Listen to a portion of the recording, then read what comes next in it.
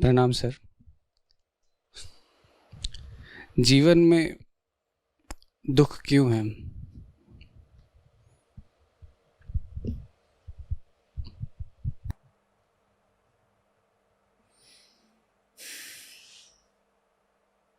कुछ और विस्तार से पूछना चाहते हो? यही है? ये है सर। दुख माने क्या होता है?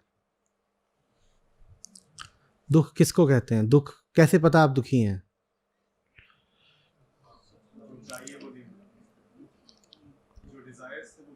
तो वो तो कारण है। आपको पता कैसे होता है कि आप दुखी हो? हाँ बस, है ना। अस्वस्थ होने का एक अनुभव दुख कहलाता है। आप कब कहते हो मैं दुखी हूं, मैं दुखी हूं? कब कहते हो? भीतर से एक भाव उठता है जो असंगत होता है, विषम होता है, आउट ऑफ प्लेस होता है ना। जो चीज नहीं होनी चाहिए वो मौजूद है। जैसे कोई चीज यहां फंस गई हो, वहां होनी नहीं चाहिए पर है, तो इसको हम क्या बोलते हैं? दुख। किसी ऐसी चीज की मौजूदगी जो नहीं होनी चाहिए, ठीक है। तो अब दुख क्यों है? यही है दुख, जो अनावश्यक है। जब वो होता है तो उसको दुख बोलते हैं। जिसके होने से कोई लाभ नहीं पर फिर भी है, वो दुख है। नहीं होना चाहिए, पकड़ रखा है, वही दुख है। आपको जिज्ञासा हो रही है, आप कह रहे हैं इसको आप उल्टे तरीके से क्यों नहीं बोल रहे कि जो होना चाहिए वो अनुपस्थित है इसलिए दुख है, कि जो होना चाहिए वो अनुपस्थित है इसलिए दुख है। इस प्रश्न पर भी मनीषियों ने विचार करा कि कहीं ऐसा तो नहीं कि दुख किसी अनुपस्थिति का नाम हो। मैंने शुरू करते ही क्या कहा? दुख एक अनावश्यक उपस्थिति है, जैसे गले में कुछ फंस गया हो, नहीं होना चाहिए पर है। सोचने वालों ने इस प्रश्न पर भी विचार किया। ऐसा तो नहीं कि कुछ होना चाहिए और वो नहीं मिल रहा इसलिए दुख है। क्योंकि पहली बात यही आती है दिमाग में। एक आम आदमी है, उससे पूछो दुख क्यों है, तो 10 में से 7-8 बार उत्तर यही देगा कि फलानी चीज चाहिए थी, मिली नहीं। वो कहेगा दुख एक अनुपस्थिति है। दुख है किसी चीज का न मिलना, अनुपस्थित होना। जिन्होंने इस मुद्दे को बहुत गहराई से खंगाला, उन्होंने कहा नहीं, असली बात तो यह है कि कुछ भी जो मिल गया है कभी ना कभी किसी ना किसी रूप में खुलकर छुपकर दुख ही बनता है। तो दुख तो एक अनावश्यक उपस्थिति ही है। फिर उन्होंने इसी चीज को और आगे खींचा। वो बोले जो कुछ भी है वो दुख बनेगा ही बनेगा। तो ऋषि जब ये बोल रहे थे तो जो बगल में बैठे थे ऋषि, उन्होंने कहा जो कुछ भी है माने किसके लिए? ये तो बताया नहीं तुमने। वेदांत में ऐसी ही बातचीत होती है। बोले जो कुछ भी है वही दुख बनेगा, किसके लिए? बोले अरे जीव के लिए ही होता है जो कुछ होता है उसके जीवन में। उसके जीवन में क्या क्या होता है? विचार होते हैं, आदर्श होते हैं, रुपया होता है, पैसा, घर, धन, दौलत, परिवार, प्रतिष्ठा, ये सब चीजें होती हैं सबके पास। अतीत, स्मृतियां, ये सब होता है। तो बोले अच्छा, तो जीव के लिए तो ये सब चीजें होती हैं? बोले हाँ, जीव के लिए जो कुछ है वही दुख है। बोले किस अर्थ में जो कुछ है वही दुख है? बोले अपूर्णता के अर्थ में। जीव अपने आप को अपूर्ण मानकर अपने जीवन में जो कुछ रखे हुए है वही दुख है। जीव अपने आप को अपूर्ण मानकर अपने जीवन में जो कुछ भी रखे हुए है वही दुख है। तो जीवन में किसी चीज का होना भर दुख नहीं है। जीवन में अगर कोई चीज इसलिए है कि उसके न होने से आप अधूरे हो जाएंगे, वही चीज दुख है। तो क्या चीज दुख है? नहीं नहीं नहीं नहीं, आपके भीतर की वो अपूर्णता दुख है जिसने उस चीज को जकड़ रखा है। मैं अपने आप को मानता हूं आधा अधूरा, छोटू सा, कमजोर सा, बेसहारा। तो मैं कभी ये कभी वो चीज जिंदगी में भरता ही रहता हूं। ठीक, जो चीजें मैंने स्वयं सक्रिय रूप से नहीं भरी, संयोग से भी आ गई, मैं उनको भी पकड़ लेता हूं। क्योंकि मैं कौन हूं? छोटू, आधा अधूरा, बेसहारा। मैंने पकड़ लिया। आप जिन भी चीजों को पकड़ रहे हैं वो चीजें प्रकृति के वशीभूत हैं, और प्रकृति में तमाम तरह के संयोग चलते हैं। वास्तव में प्रकृति कार्य कारण का इतना विशाल तंत्र है कि हम कभी नहीं पता कर सकते कि जो भी हो रहा है क्यों हो रहा है। उदाहरण देता हूं, आप बाहर निकलेंगे, हवा चल रही होगी। हवा पूरे तरीके से एक भौतिक चीज है, एयर मॉलिक्यूल्स हैं। ठीक, जो कुछ भी भौतिक है प्रयोग करके उससे कारण का पता लगाया जा सकता है। ठीक, लेकिन आज तक कोई विधि नहीं विकसित हुई जो बिल्कुल ठीक ठीक बता दे कि किसी जगह पर कितने बजे कितनी गति से किस दिशा में हवा चलेगी। क्या बताया नहीं जा सकता? बताया जा सकता है, पर उसके लिए लगभग इनफाइनाइट डेटा चाहिए। इनफाइनाइट डेटा अगर उपलब्ध हो तो यह बिल्कुल बताया जा सकता है। आज से ही नहीं, आने वाले 1000 सालों में भी किस जगह पर किस समय किस दिशा में कितनी गति से हवा चलेगी सब बताया जा सकता है। यूनिवर्स टोटली डिटर्मिनिस्टिक हो सकता है अगर आपके पास इनफाइनाइट डेटा हो, पर वो होता नहीं। इसको ही हम फिर कह देते हैं संयोग या रैंडमनेस। तो आपको कभी पता नहीं चल सकता कि आपके जीवन में आया वो क्यों आया, बस ऐसे ही आया। पर आप बने हुए थे अधूरे, आपने उसको धर लिया। बेटा तू आ गया ना, यही तेरी गलती है, मैं तुझे पकड़ लूंगा।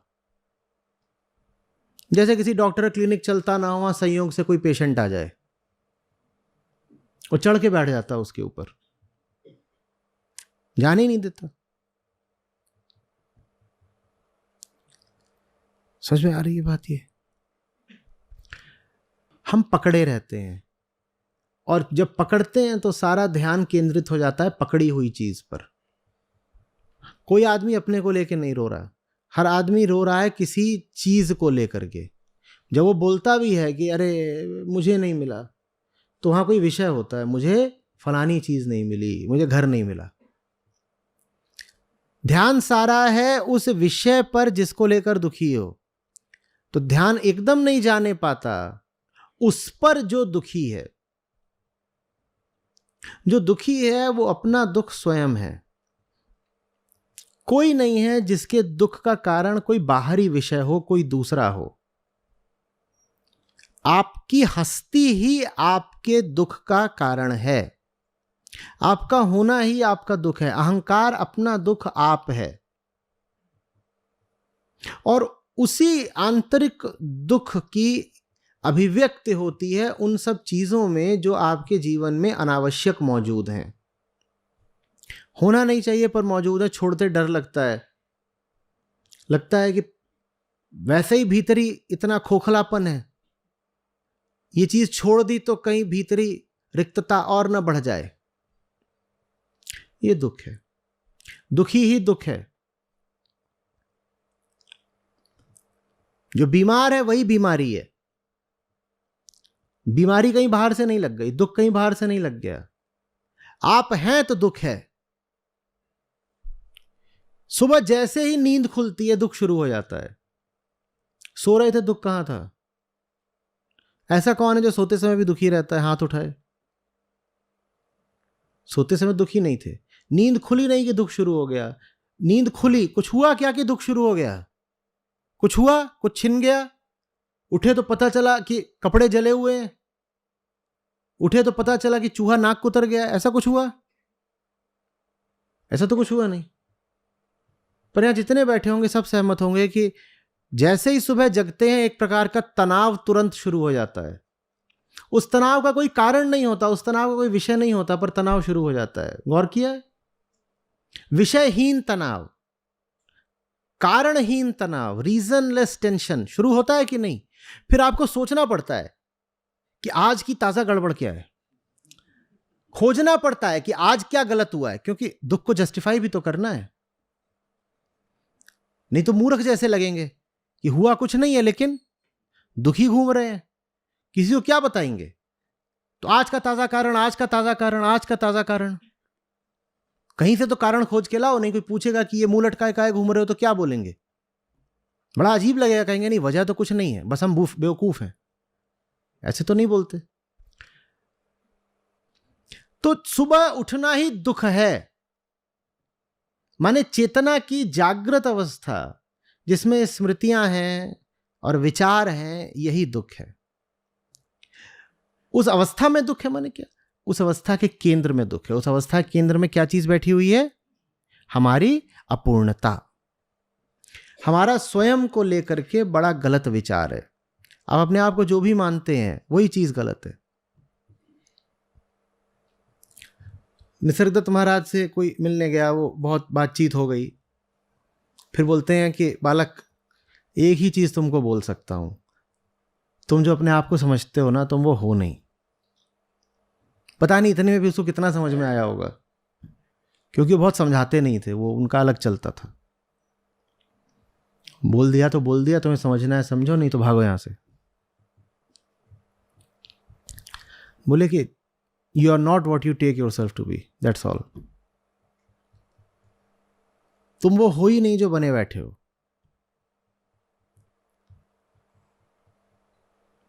और जो तुम बने बैठे हो उसके कारण तुम्हें 100 चीजें पकड़नी पड़ती हैं। जो चीजें तुमने पकड़ी हैं वो तुम्हारे नियंत्रण में नहीं है, वो संयोगों का परिणाम है, वो छिन जाती हैं। जैसे लहरें उठ के लुप्त हो जाती हैं, जैसे हवा अभी चली फिर थम जाती है। अब अगर हवा से कुछ उम्मीद ना हो, अपेक्षा ना हो, तो ये बात बड़े शांत और सुखद अनुभव की हो सकती है ना। जैसे गर्मी की सांझ हो, आप बैठे हुए हैं, थोड़ी देर को चलती है हवा, फिर नहीं चलती है ना। और फिर आप कहते हैं अच्छा ठीक है, फिर थोड़ी देर फिर चली, फिर नहीं चली। लेकिन यही आपकी अगर हवा से उम्मीद बन जाए कि इसका तो मेरा 7 जन्म का रिश्ता है, मेरी हवा सिर्फ मेरी है, तो आपको बड़ी तकलीफ होगी जितनी बार वो नहीं चलेगी। आप कहेंगे अब कहां चल रही है, बेगैरत कहां गई है मुंह मारने, अभी तो यहां थी, अभी कहां विलुप्त हो गई। ये दो स्थितियां कितनी अलग। एक चीज जो आनंद का स्रोत हो सकती थी उसको हम अपने लिए दुख बना लेते हैं। आत्मस्थ आदमी के लिए किसी चीज का होना भी आनंद है, उस चीज का न होना भी आनंद है। कभी गर्मियों में जाकर के छत पे लेटे हैं? आप में से कितने लोग हैं जो कभी खुली छत पे सोए हैं? तो गर्मियां चल रही हैं, मान लीजिए जून का महीना है, मानसून आने ही वाले हैं या आ चुके हैं, तो बादल छाए रहते हैं, ठीक। और फिर चांद क्या करता है? क्या करता है? कभी छुपता है,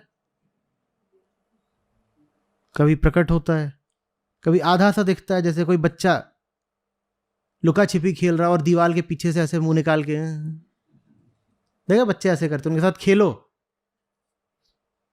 और उनको न ढूंढो बहुत देर तक, तो भी उनको खुजली हो जाती है, फिर वो अपने आप निकल करके आते और कहते इधर हूं मुझे पकड़ो।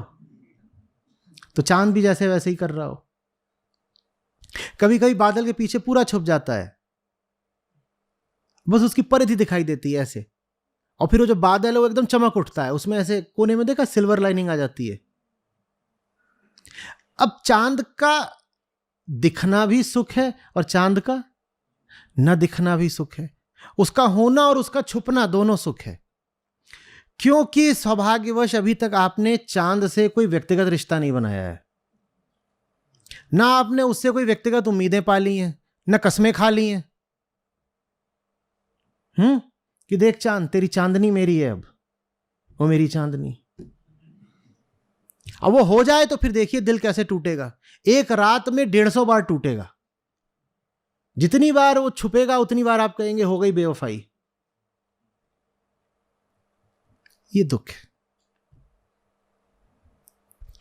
पूरे रहो ना अपने आप में, फिर पूरी प्रकृति आपको एक निरपेक्ष सुख देती है, उसको आनंद कहते हैं।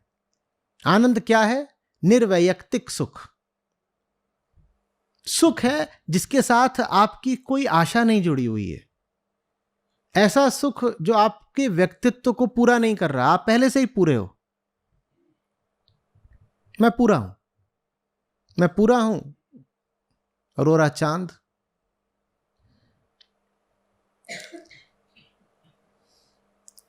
जीवन को अगर वैसे ही देख लिया जैसे तट पे खड़े होकर के सागर की लहरों को देखते हो, तो कोई समस्या नहीं है। जिंदगी से उम्मीदें बांध ली, पछताओगे। उम्मीदें तभी बांधते हो जब स्वयं को लेके अज्ञान में रहते हो। तो दुख का क्या कारण हो गया? आत्म अज्ञान। आत्मज्ञान का अभाव ही दुख है। हम नहीं जानते हम कौन हैं, तो हम पूरी सृष्टि को अपने लिए दुख बना लेते हैं। कोई आया आपसे सहज 4 बातें हंसकर चला गया, ये बात तो हल्के फुल्के सुख की होनी चाहिए थी, सहज सुख। उल्टे आप रोना शुरू कर देते हो उसके जाने पर। आप कहते हो टिका क्यों नहीं? होता है कि नहीं होता? जो चीज जितनी अच्छी होती है उसको लेके उतना रोते हो। या तो ये कह के कि टिकी क्यों नहीं, या ये कह के कि टिकी तो हुई है पर कहीं आगे ना छिन जाए।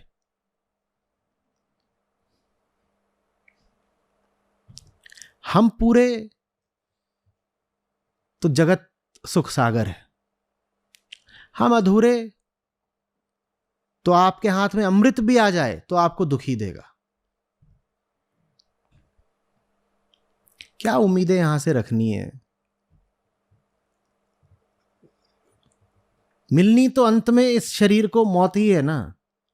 उसकी उम्मीद रखते हो तो रख लो कितनी भी उम्मीदें, अंत में एक ही चीज पूरी होनी है, क्या? मौत। उम्मीदें नहीं पूरी होती, सिर्फ जिंदगी पूरी हो जाती है। तो उम्मीदें रख के क्या पाओगे? तो जानने वालों ने यह भी कह दिया कि मुक्ति का अर्थ ऐसे भी कर सकते हो, उम्मीदों से मुक्ति। जीवन मुक्त कौन है?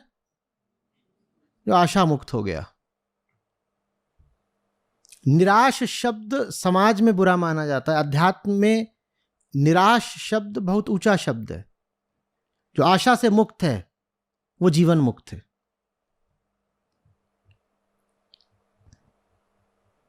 कैसा खेल है, चल रहा है, हम देख रहे हैं। जब तक है बहुत सुख की बात है, जब नहीं है तब भी क्या चला गया।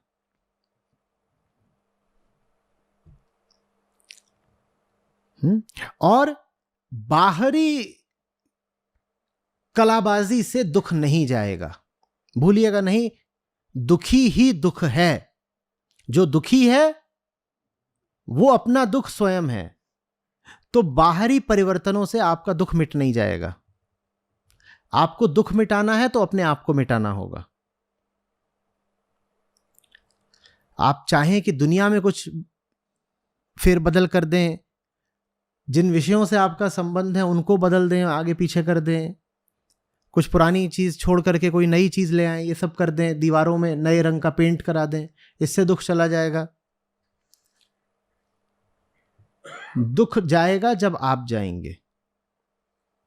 और आपका जाना आपके लिए बड़ी खुशखबरी की बात होती है, डरिए मत। हमारा जाना माने हमारी बेहोशी का जाना। जब आपकी बेहोशी जाती है तो आप प्रकट होते हैं फिर पहली बार, उसको जन्म कहते हैं।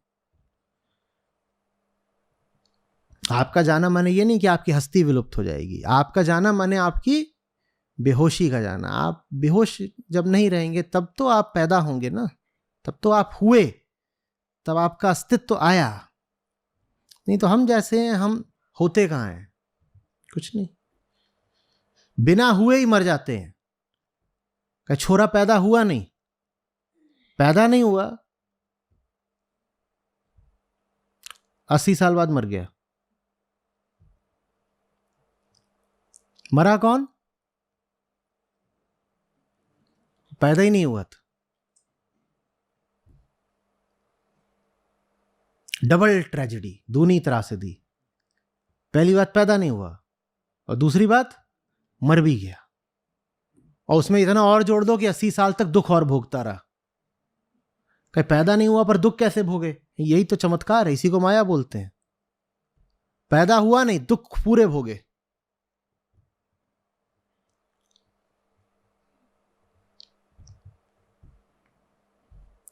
बाहर की दिशा मत तलाशिए, दुख से मुक्ति बाहर कहीं नहीं मिलेगी।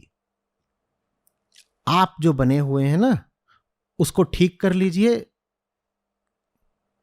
दुख मिटेगा।